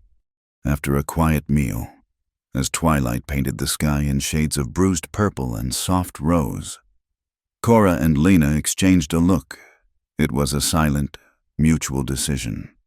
"Come," Cora said to Eli, her voice soft but firm. "Let us wash the day off you." He started to protest, a gruff sound of refusal in his throat, but the exhaustion was too great. He was too tired to fight their quiet, determined tenderness. They led him to a chair near the fire where a large metal tub, usually reserved for laundry, was steaming with hot water. Lena had scented it with dried herbs she had gathered from the prairie, and the small cabin filled with the clean, sharp smell of sage and mint. What followed was an act of overwhelming, unspoken intimacy. They helped him from his shirt, their movements deliberate and devoid of any coyness, and they saw, for the first time, the roadmap of his life etched onto his skin. The scars were a tapestry of violence and survival, a long, puckered line across his ribs from a bayonet, a cluster of small, jagged marks on his shoulder where shrapnel had torn through, a thin, white line that ran from his temple into his hairline, a whisper of how close he had come to not coming home at all. Lena took a soft cloth, her touch as light as a moth's wing. She began to wash his back, her fingers gently tracing the landscape of his old wounds. Each scar was a story he had never told, a piece of the pain he kept locked away behind his silent, stoic walls. Her touch was not one of pity, but of reverence. She was not washing away the dirt. She was acknowledging the history. Cora knelt before him, washing the grime from his arms and chest. Her hands, strong and calloused from her work on the ranch, were surprisingly gentle. She looked at the hard, corded muscles of his forearms, the hands that could be so strong and yet so careful. She saw the tremor of fatigue in them, the deep weariness that went beyond a single day's labor. He sat between them, his head bowed, a silent, unresisting giant. He had never, in his entire life, been the recipient of such gentle, selfless care. He had been a soldier, a rancher, a man who gave and took orders, who fought and endured. He had never simply been tended to. A profound, unfamiliar vulnerability washed over him, more powerful than the warm, soothing water. He felt a knot of ancient pain deep inside him begin to loosen. He started to speak, to say something. He did not know what, a protest, a thank you, a question. But as the words formed, Cora leaned forward and pressed her lips to his, a soft, silencing kiss. It was not a kiss of passion, but of peace, a gentle command to be still, to simply receive. A moment later, Lena, from behind him, leaned down and pressed her own soft kiss to the scarred skin of his shoulder. They were bracketing him in their tenderness, claiming him not as a possession, but as one of their own, a man worthy of being cared for. And in that moment, surrounded by the steam and the soft scent of herbs, the three of them were a world unto themselves, complete and unbroken. But the world outside their cabin had not forgotten them. It had been watching, judging, and its judgment was about to be delivered. The following Sunday, driven by a need to feel some connection to a community, however hostile, they hitched the wagon and went to the small church in Redemption. They sat in the last pew, three quiet figures in their clean, mended clothes. The sermon began, but the air was thick with tension. People shifted in their seats, casting furtive, condemning glances their way. Then the preacher, a stern man with eyes like cold gray stones, stopped his sermon on the prodigal son and looked directly at them. "There is sin in this valley," he boomed, his voice echoing in the rafters. "There is an arrangement that mocks the holy sacrament of marriage, an affront to the laws of God and man. This house of worship is a sanctuary for the repentant, not a haven for the defiant. We will not abide the presence of unrepentant sin in our midst." The public shaming was absolute. The silence that followed was a crushing weight. No one moved. No one spoke. Eli's jaw was a hard, white line of fury. Cora's back was ramrod straight, her face a pale mask of pride. Lena simply stared at her hands, her shoulders hunched as if expecting a physical blow. Eli stood up. His movement was slow, deliberate. He looked at the preacher, his eyes burning with a cold, contemptuous fire. Then he turned and offered a hand first to Cora, then to Lena, together. The three of them walked down the center aisle and out of the church, the hostile silence of the entire congregation following them out into the unforgiving sunlight. They had been officially cast out. The retaliation escalated. When Eli went to the general store, Mr. Gable informed him that, due to a sudden shortage, he could no longer extend him credit. It was a lie, and they both knew it. The blacksmith's tools were still broken. The man who ran the feed store suddenly had no surplus oats to sell. They were being strangled, starved out, the town pulling the noose of its collective morality tighter and tighter. The final blow came one night without a moon. They were asleep when a loud crash shattered the quiet of the cabin, followed by the tinkle of falling glass. They were all on their feet in an instant, their hearts pounding. A large rock lay on the floor amidst a spray of shattered window pane, the cold night air rushing in. Tied around the rock was a piece of dirty paper. Eli picked it up and read the crude, scrawled words in the dim light of the lantern. "Whores and sinners, get out or be burned out." A cold, familiar dread washed over Lena. This was how it began. The blame, the accusation, the casting out. Cora stood rigid, her hands clenched into fists, her face a mask of cold fury. Eli looked at the broken window, at the ugly threat scrawled on the paper, at the two frightened, defiant women who had built a life with him, and something inside him broke. "That is enough," he said, his voice a low, rough sound of defeat. We will sell the ranch, the herd. We will leave this territory. We will go somewhere new, California, Oregon, somewhere they do not know us." He was offering them an escape. He was offering them a future, away from the hatred of this place. But he had misunderstood the women he was living with.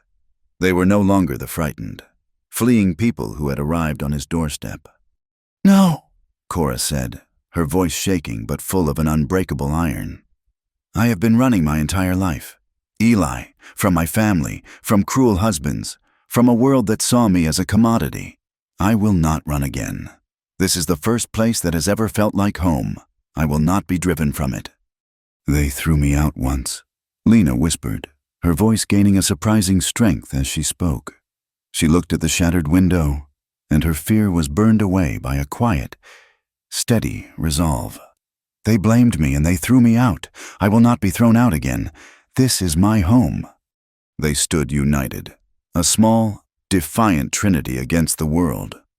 Eli looked at them, at their fierce, unwavering loyalty, and he felt a surge of pride so powerful it almost brought him to his knees.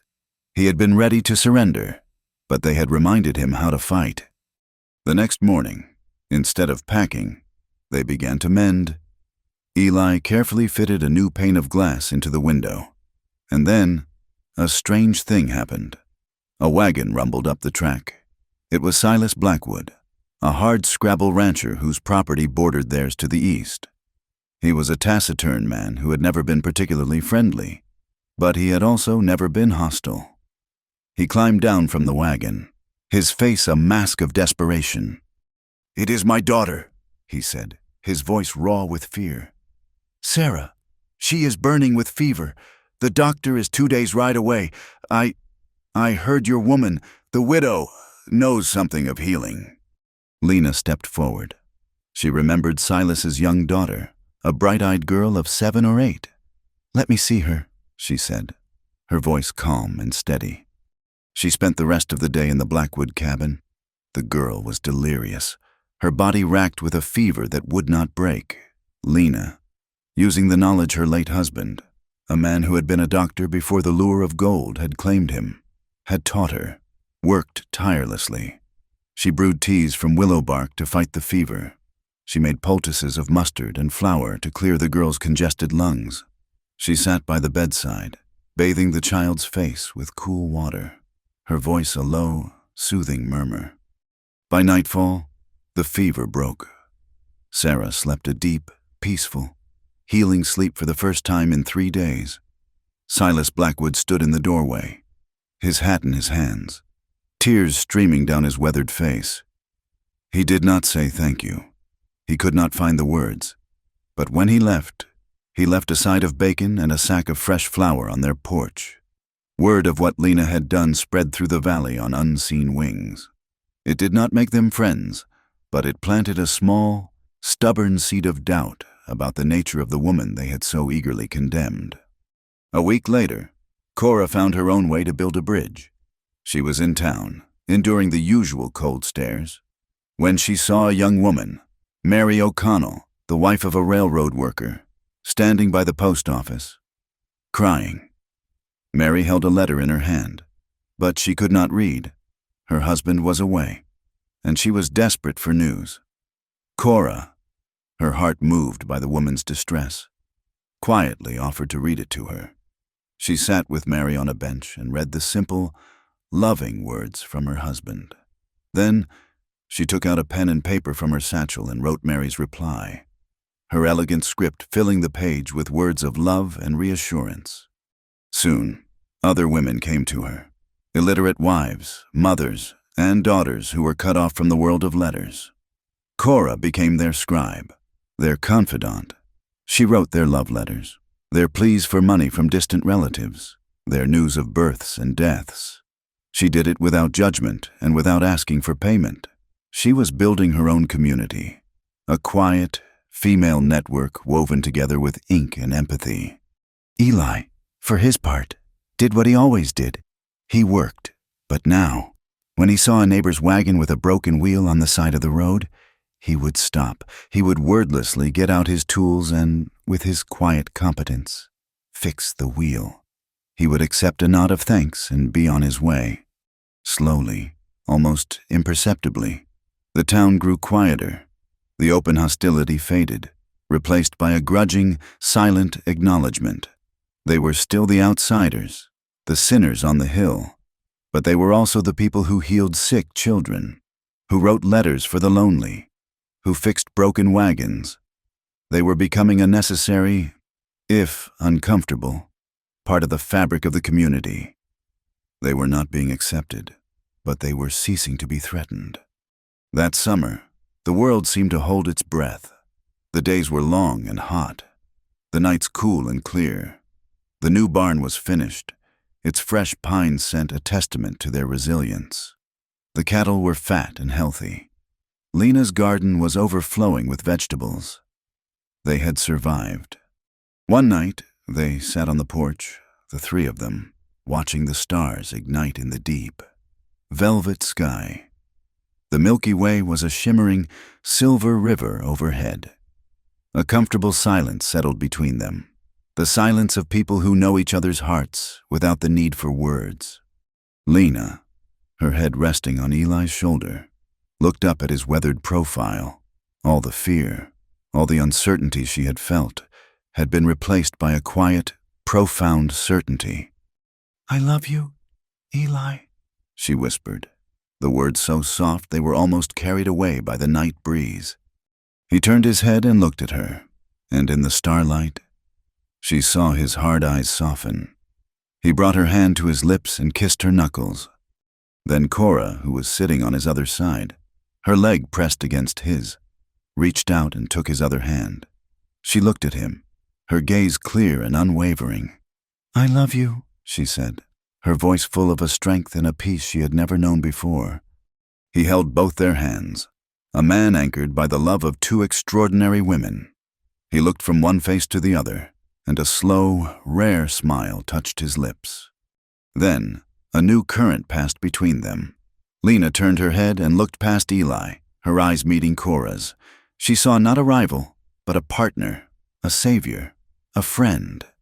She saw the woman who had pulled her from the mud, who had washed her face after the fire, who had offered to share a home when she could have claimed it all for herself. "I love you," Lena whispered, this time to Cora. Cora's breath hitched, and her eyes glistened in the starlight. She looked at the quiet, gentle woman who had faced down her own terror to save her, who had filled their home with warmth and life, who had shown her that strength did not always have to be hard. "And I love you," Cora whispered back. The words, spoken under the vast, silent, watching sky, settled between them, as true and as real as the hard-packed earth beneath their feet. They were a trinity, a strange and wonderful constellation all their own, and they were finally, completely, home. The summer that followed their quiet confession under the stars was a season of trial by fire. The sky, which had wept itself out in the spring, now closed up tight and offered nothing. A drought descended upon the land. A slow, merciless siege. The sun was not a source of life, but a brassy, malevolent eye in a bleached white sky. The prairie grasses, which had been a sea of green, turned a brittle, uniform tan. The rich earth in Lena's garden cracked into a mosaic of dry, thirsty fissures. The creek shrank, its cheerful babble dwindling to a sluggish, muddy trickle. Survival became a singular, all-consuming focus, a relentless battle waged from the gray light of dawn to the purple shadows of dusk. There was no room for uncertainty or awkwardness now. There was only work. They moved as a single organism with three bodies, their unity forged in the crucible of shared hardship. Eli, his face lean and weathered as old leather, spent his days on horseback, driving the cattle to the few remaining patches of grazing land, his eyes constantly scanning the horizon for the faintest promise of a cloud. Cora, her skin tanned and her arms corded with new muscle, worked beside him, her quiet determination a match for his own. They dug, they hauled, they mended. They fought the relentless sun and the choking dust for every drop of water, for every blade of grass. Lena became the general of their dwindling resources. Every meal was a carefully calculated miracle of conservation. Every drop of water was recycled, from washing to the garden, until it was finally given up to the thirsty earth. She was the anchor, the quiet, steady center that allowed the other two to spend their strength on the land. In the evenings, they would not speak. They would simply fall into their chairs, their bodies aching, their minds numb with exhaustion, and share a silence that was deeper and more intimate than any conversation.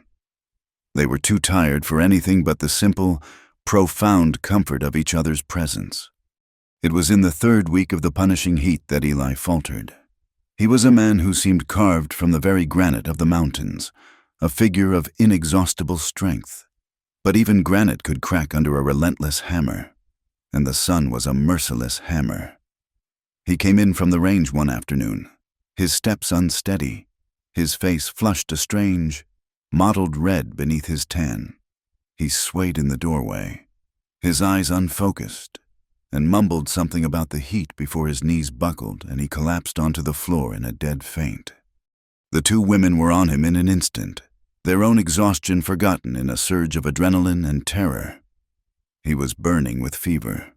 His skin was hot and dry to the touch, and his breathing was shallow and rapid. They managed to drag him to his bunk, his weight a terrifying, dead thing between them. Lena's knowledge, learned at the side of a husband who had once been a doctor, came rushing back. "It is the heat sickness," she said, her voice sharp with a fear she fought to control. "His body can no longer cool itself. We must bring the fever down, or it will cook his brain." A new, desperate battle began. Lena took command of the cabin, sending Cora for the coolest water left in the barrel. She stripped Eli of his sweat-soaked shirt and began bathing him with cool cloths. Her movements quick and efficient. She crushed willow bark for a fever-reducing tea, trying to force the bitter liquid between his parched lips. She worked with a fierce, focused intensity, her mind a whirlwind of old remedies and desperate prayers. But the water in the barrel was tepid, and there was not enough of it. The creek, their only source, had dwindled to a series of stagnant, muddy pools. "There is a place," Cora said, her face grim, her jaw set. "A spring, a few miles north. Eli showed it to me once. It is high in the rocks. He said it never runs dry." "A few miles?" Lena asked, her heart sinking. "On foot, in this heat, it would take hours." "I will be quick," Cora said, her eyes meeting Lena's over Eli's still form. A silent understanding passed between them. One would fight the battle here, the other would hunt for the ammunition they needed to win. Cora's journey was a descent into a special kind of hell. The sun beat down on her, the heat rising from the baked earth in shimmering waves. The air was thin and scorching, each breath a sip of fire.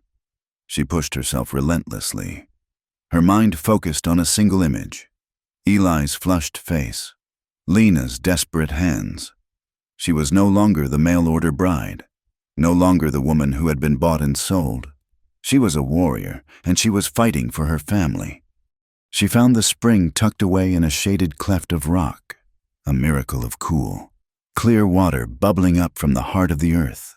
She drank deeply, then filled the two large canteens she carried, the weight of them a comforting, life-giving burden. The journey back was a slow, stumbling agony, but she did not stop. Back at the cabin, Lena had not moved from Eli's side. She had kept up her constant, desperate bathing, but his fever was relentless. He had begun to mutter, his words a jumbled, nonsensical stream. He was back in the war, shouting orders to men long dead. He was on a cattle drive, cursing the dust, and then his voice changed. It became soft, a low, pleading murmur. Cora had just stumbled through the door, the canteens of precious, cool water in her hands, when she heard it. "Lena, wife," Eli mumbled, his head thrashing on the sweat-soaked pillow. Lena froze, her hand stilling on his forehead. A moment of profound, heart-stopping silence filled the small cabin.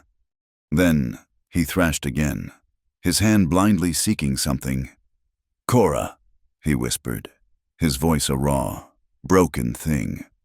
"My wife, do not leave." Cora stood rooted to the floor, the canteen suddenly feeling impossibly heavy. He had said it, in the delirium of his fever, in the secret, unguarded chambers of his heart. He had named them.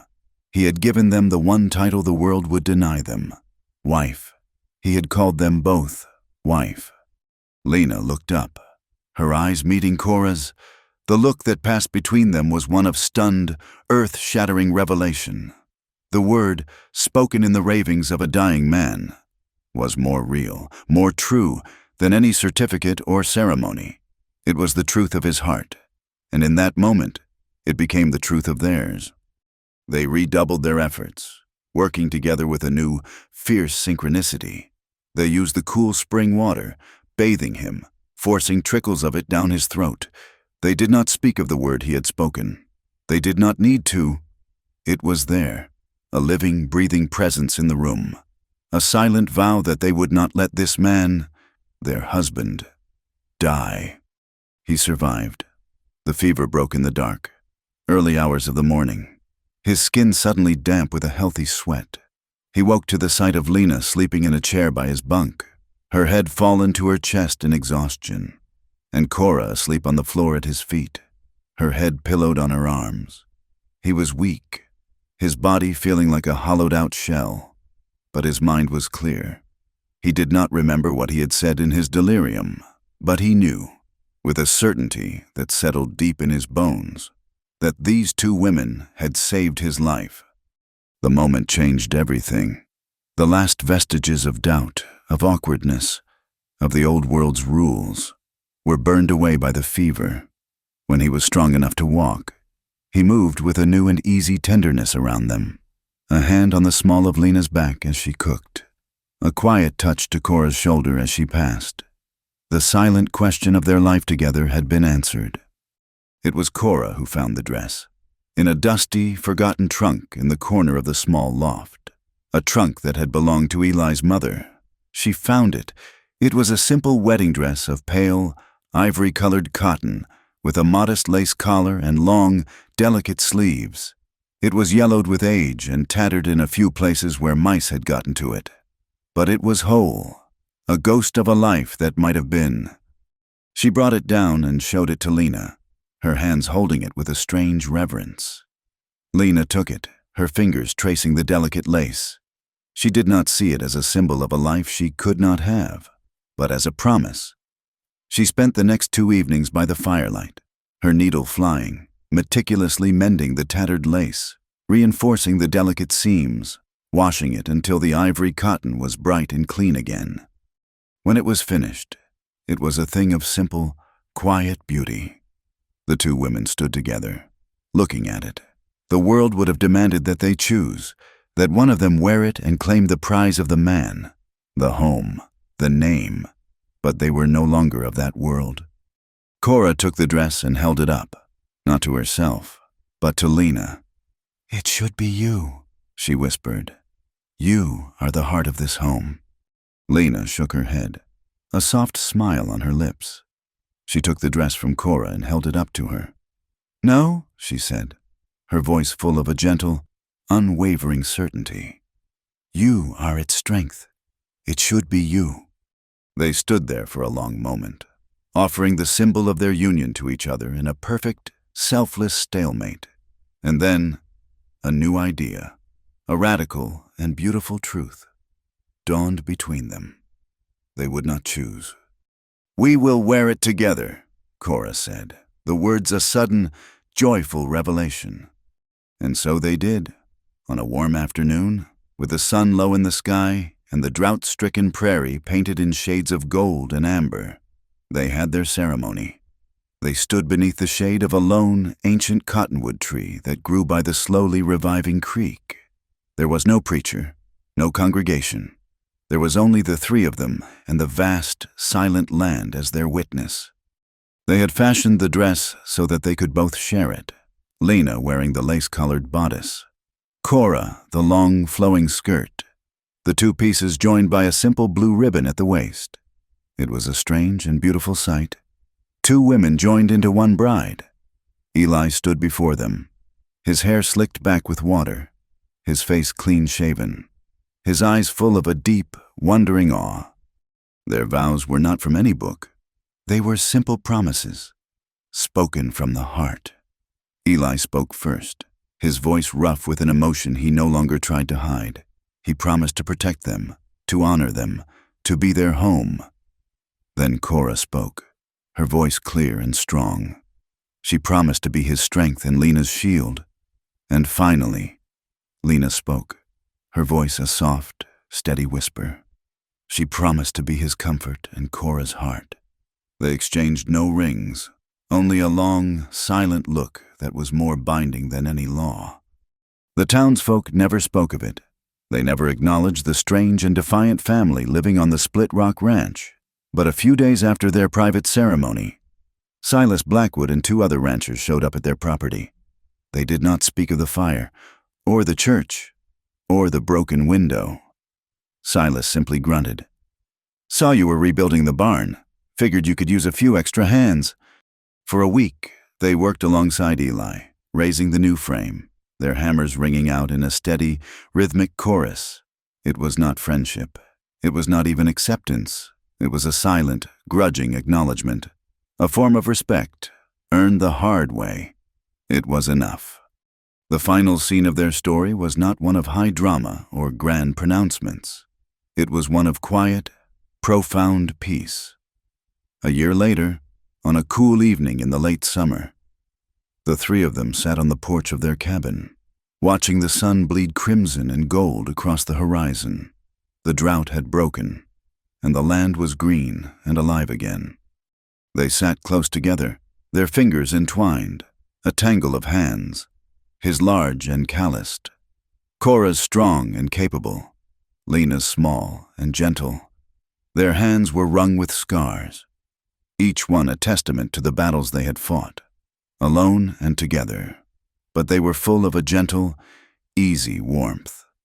Behind them, the house stood whole and strong, the new barn a sturdy silhouette against the dying light. It was not a house of shame or of sin, as the world might see it. It was a house of survival. It was a house of fierce, defiant, and boundless love. It was the home of the family they had built, piece by painful piece, from the ashes of their former lives. Thank you for listening to our story. We encourage you to comment with where you are listening from so we can all connect. Subscribe to the From Wild West channel and share your thoughts.